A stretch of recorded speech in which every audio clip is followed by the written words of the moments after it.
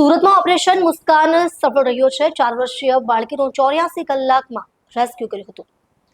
અમરોલીના ગાર્ડનમાંથી અપહરણ કરનાર આરોપી પપ્પુ ખડિયા અમદાવાદ નારોલથી ઝડપાયો છે। સોશિયલ મીડિયા પર વાયરલ ફોટો જોઈ જાગૃત નાગરિકની માહિતીથી સફળતા મળી હતી। સુરતના અમરોલી વિસ્તારમાં આવેલા છાપરાભાટા ખાતે તાપી કિનારે આવેલા ગાર્ડનમાંથી એક 4 વર્ષીય બાળકીનું અપહરણ થયું હતું। જોકે Surat crime branch, Amroli police અને અમદાવાદ નારોલ પોલીસના સંયુક્ત ઓપરેશનમાં આ બાળકીને સુરક્ષિત મુક્ત કરવામાં આવી છે। આ ઓપરેશનમાં 110થી વધુ પોલીસ જવાનો, 5 પીઆઈ, 9 પીએસઆઈની ટીમોએ સતત 84 કલાક સુધી નોન સ્ટોપ તપાસ કરી હતી। સુરતથી સાયણ અને ત્યાંથી અમદાવાદ, મુંબઈના રૂટના 43થી વધુ રેલવે સ્ટેશનો અને આસપાસના વિસ્તારોમાં સઘન શોધખોળ શરૂ કરવામાં આવી હતી।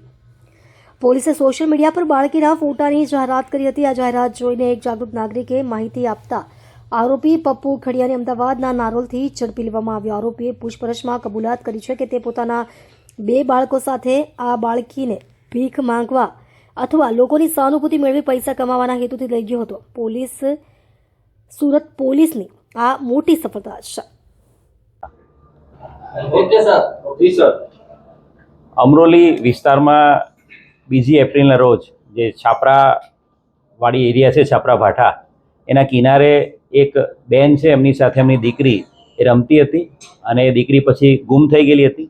બેન જે દીકરી ગુમ થઈ એના 24 કલાક બાદ અમરોલી પોલીસમાં ફરિયાદ આપવા આવ્યા હતા। આજે બેન છે એમના પતિથી એમણે અલગ રહે છે અને એમની દીકરી જે 4 વર્ષની દીકરી છે એ ગઈકાલે ગુમ થઈ છે એ પ્રકારની એણે હકીકત આપી હતી। તાત્કાલિક બનાવની ગંભીરતાને ધ્યાને રાખીને 4 વર્ષની બાળકીના અપહરણનો કેસ છે ધ્યાને રાખીને અમરોલી પોલીસ સ્ટેશનની ટીમ સાથે સાથે એમના ડીસીપી ઝોન 5 એમની એલસીબીની ટીમ અને સુરત શહેર ક્રાઇમ બ્રાન્ચ આ બાળકીને શોધી કાઢવા માટે અલગ અલગ ટીમો બનાવેલી હતી। 5 ઇન્સ્પેક્ટર, 9 સબ ઇન્સ્પેક્ટર અને 110 પોલીસ એમ કુલ મળીને આ બધા અધિકારીઓની કુલ 10 જેટલી ટીમો સમગ્ર સુરત શહેર વિસ્તારમાં આ બાળકીને શોધવા માટે કાર્યરત થઈ હતી।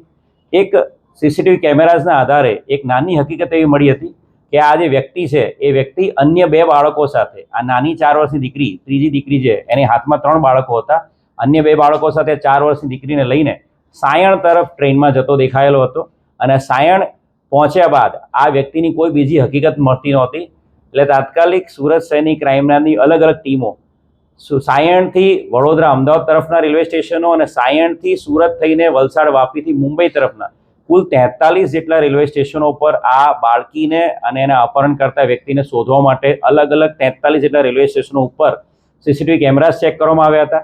સાથે સાથે એક હ્યુમન ઇન્ટેલિજન્સ આધારે જે હકીકત મળી હતી કે આવા પ્રકારનો વ્યક્તિ અલગ અલગ જે લંગર કે પછી જ્યાં ફ્રીમાં જમવાનું મળતું એવા વિસ્તારોમાં આ વ્યક્તિ પહેલાં દેખાયેલો હતો।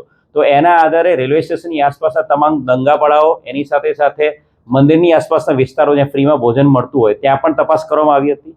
અને છેલ્લે સોશિયલ મીડિયા ઉપર આ બાળકી છે એની હકીકત એના ફોટોગ્રાફ સાથે ગઈકાલે તમામ સોશિયલ મીડિયા પ્લેટફોર્મ પર મૂકવામાં આવી હતી।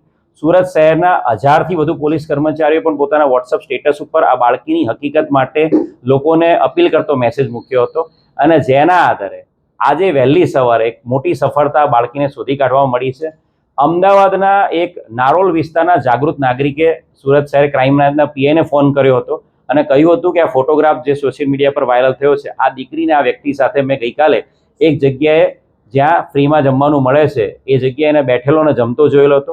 તાત્કાલિક ક્રાઇમ બ્રાન્ચની જે ટીમો વડોદરા અને આણંદમાં તપાસ કરી રહી હતી એ ટીમો તાત્કાલિક અમદાવાદ જવા રવાના થઈ હતી અને સાથે સાથે અમારા જે ડીસીપી ક્રાઇમ બ્રાન્ચ ઓઝિયા સાહેબ છે એમણે અમદાવાદનો પણ સંપર્ક કર્યો હતો અને અમદાવાદની નારોલ પોલીસની ટીમ અને સુરત શહેર ક્રાઇમ બ્રાન્ચ તમામ ટીમોએ જે વિસ્તારમાં આ બાળકી ગઈકાલે રાત્રે જોવા મળી હતી વિસ્તાર કોર્ડન કર્યો હતો અને વિસ્તારમાંથી આ બાળકીને હેમખેમ શોધી કાઢવામાં સફળતા મળી છે।